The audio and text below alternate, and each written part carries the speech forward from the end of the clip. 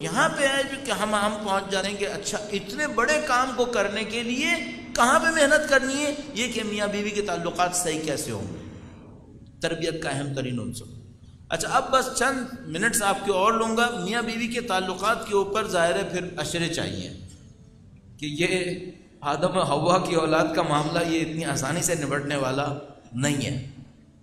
اس کو نپٹانے کے لیے ایک دو بس باتیں آپ کی خدمت میں عرض کروں گا تاکہ ان بچوں پہ کوئی رحم کھائے جن کے سامنے یہ سارے مسائل ہو رہے ہوتے ہیں، وہ بیچارے کن مصیبتوں میں پڑ رہے ہوتے ہیں۔ درود بھیجے گا محمد و آل محمد کا۔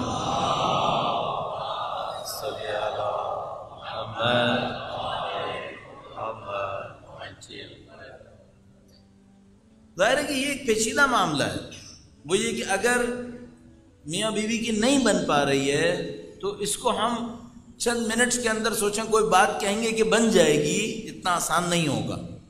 لیکن اصول کیا ہو سکتا ہے، کہاں سے لڑائی کی جڑ بن سکتی ہے، اس کے اوپر بات کر لیتے ہیں۔ ہمارے خیال میں جو لڑائی کی سب سے بڑی جڑ بنتی ہے وہ دو چیزوں کے اندر ہے، اگر اس کو سنبھال لیں تو کئی چیزیں سنبھلتی ہیں۔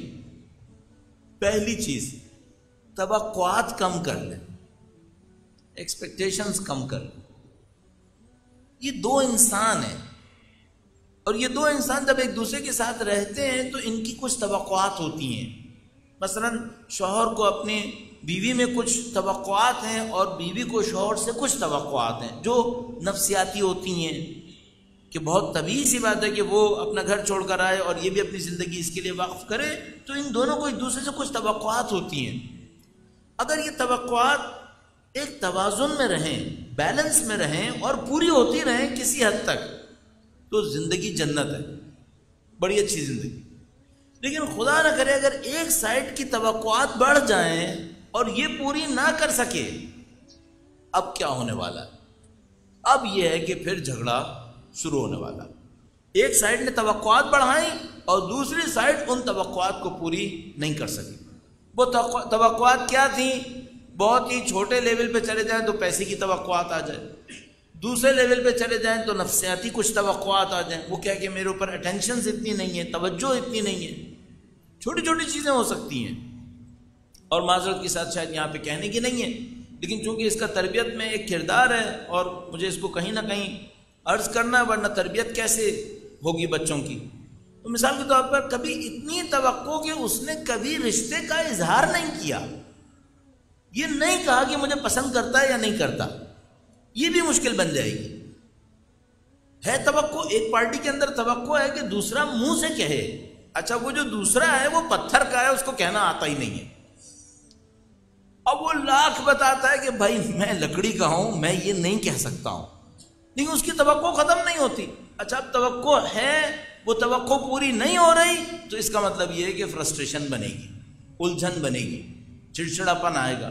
اب جب ادھر سے چڑچڑا پن آئے گا اور یہ جو بندہ خدا نہیں کہہ رہا ہے یہ نہیں سمجھے گا کہ میرے نہ کہنے سے یہ ہو رہا ہے، اب معاملہ خراب ہونا شروع ہو جائے گا، بعض اوقات چھوٹی چھوٹی باتوں سے۔ تو پہلا اصول کیا ہے؟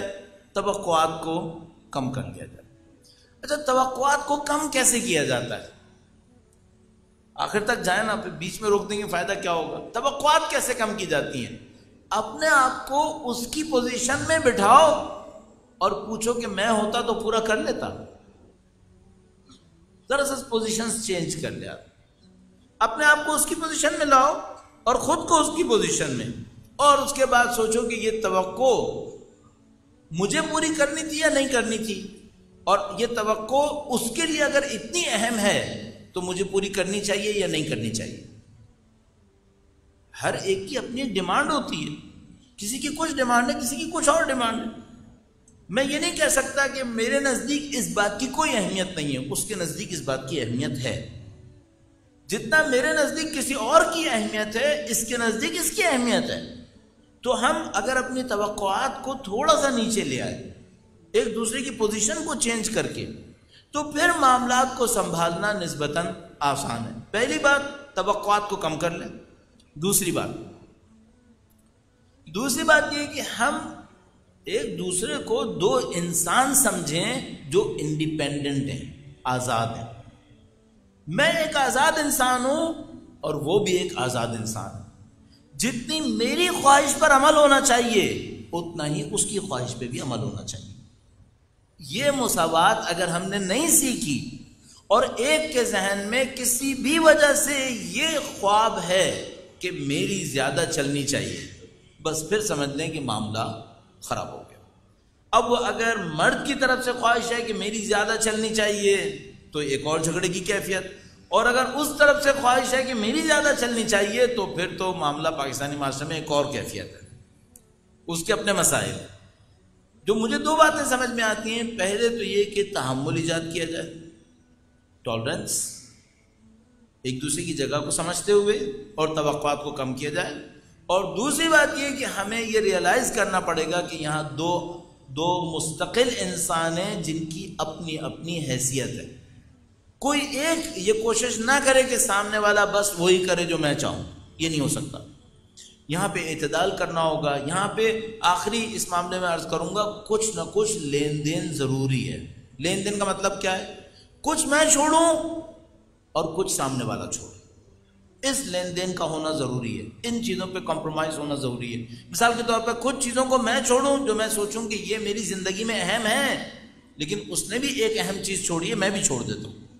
اگر اس اصول پر چلیں نبھانا مشکل نہیں ہے، لیکن اگر یہ نہیں ہے، تحمل نہیں ہے، انڈرسٹینڈنگ نہیں ہے ایک دوسرے کے لیے، ایک دوسرے کو اور پھر سب سے بڑھ کر اس میں کیا، احترام دینا۔ ہم لوگ یہ سمجھ رہے ہوتے ہیں احترام گھر کے باہر کے لیے ہوتا ہے۔ بھائی بھائی کو احترام نہیں دیتا، بھائی دوستوں کو دے دیتا ہے، بیٹا دوست کو دے دیتا ہے، باپ کو نہیں دیتا۔ تو شوہر اپنے دوست کو دے دیتا ہے، بلکہ اپنے دوست کی بیوی کو بھی دے دیتا ہے، اپنی بیوی کو نہیں دیتا، اور بیوی اسی طریقے سے۔ احترام دینا ہوگا، آپ کو کہیں نہ کہیں رسپیکٹ کے قائل ہونا ہوگا۔ دوستی علیحدہ معاملہ، بے تکلفی علیحدہ معاملہ، لیکن احترام محفوظ، احترام ہونا چاہیے۔ مثال کے طور پر بدترین بے احترامی کیا ہو سکتی ہے؟ اگر دوسروں کے سامنے کسی کے سر پہ چلایا جا رہا ہے، اس کا مطلب یہ کہ آپ دوسروں کے سامنے بے عزتی کر رہے ہیں، اس کا مطلب یہ کہ اب معاملہ بہت خراب ہونے والا ہے۔ ایک اور آخری اس میں اصول عرض کروں، میں بھی اس معاملے سے فوراً نکلنا چاہ رہا ہوں، اس میں زیادہ نہیں پڑھوں گا۔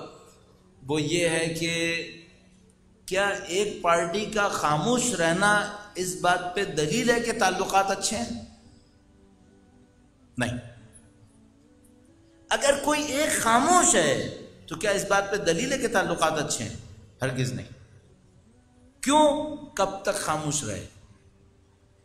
کبھی نہ کبھی مشکل آ سکتی ہے۔ اب میں نے عرض کیا، میں سرویز وغیرہ کو بہت زیادہ ریفر نہیں کرنا چاہ رہا ہوں، لیکن یہاں پہ حقائق موجود ہیں۔ ایک سائیکالوجسٹ اپنی اس کام کی مہارت کے اندر وہ اتنی مہارت رکھتا تھا کہ کسی بھی دو افراد کو، میاں بیوی کو ساتھ بٹھاتا تھا، ان سے کہتا تھا کہ آپ میرے سامنے 15 منٹ کے لیے کوئی گفتگو کریں، کوئی بھی گفتگو، اور 15 منٹ کی گفتگو کے بعد 85% ایکوریسی کے ساتھ، 85% ایکوریسی کے ساتھ وہ بتا دیتا تھا کہ 5 سال کے اندر طلاق ہوگی یا نہیں ہوگی۔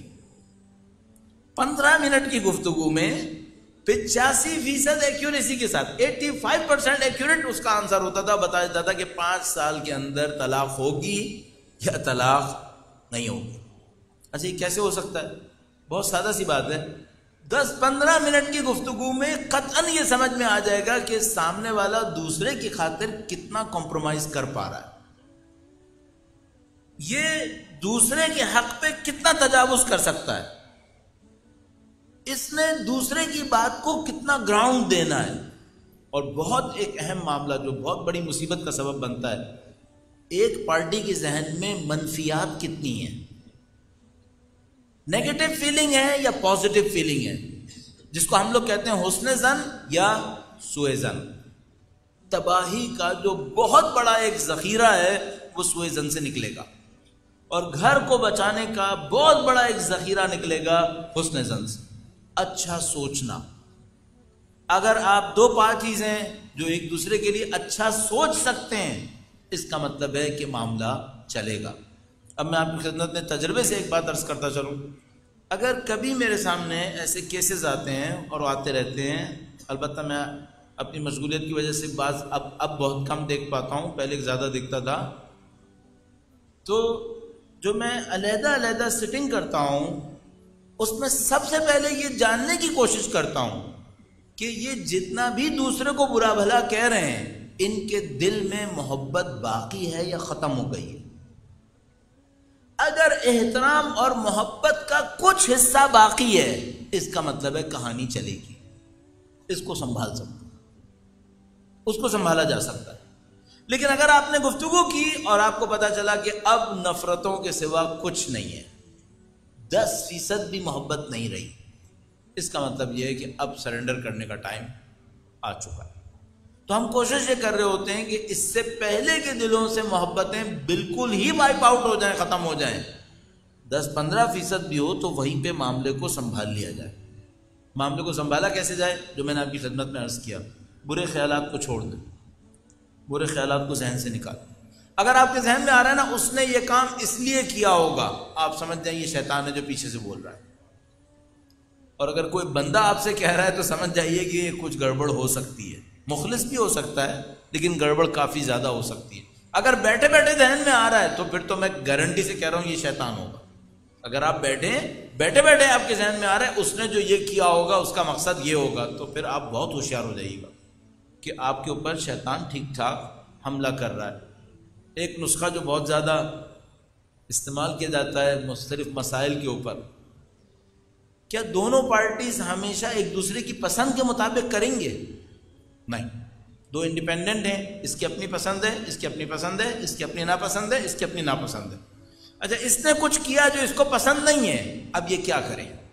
تو میں مشورے کے طور پہ کہتا تھا کہ جب کوئی ایسی بات کرے سامنے والا جو تمہیں بالکل پسند نہیں ہے تو اکیلے میں ہنس لیا کرو،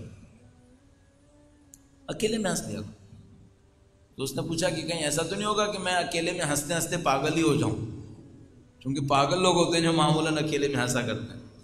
تو میرا مشورہ یہ ہوتا تھا کہ نہیں، اکیلے میں تھوڑا سا ہنس لو اپنے اوپر کہ مجھے باتوں کا پریشر نہیں لینا ہے، دماغ کو ٹھنڈا رکھنا ہے.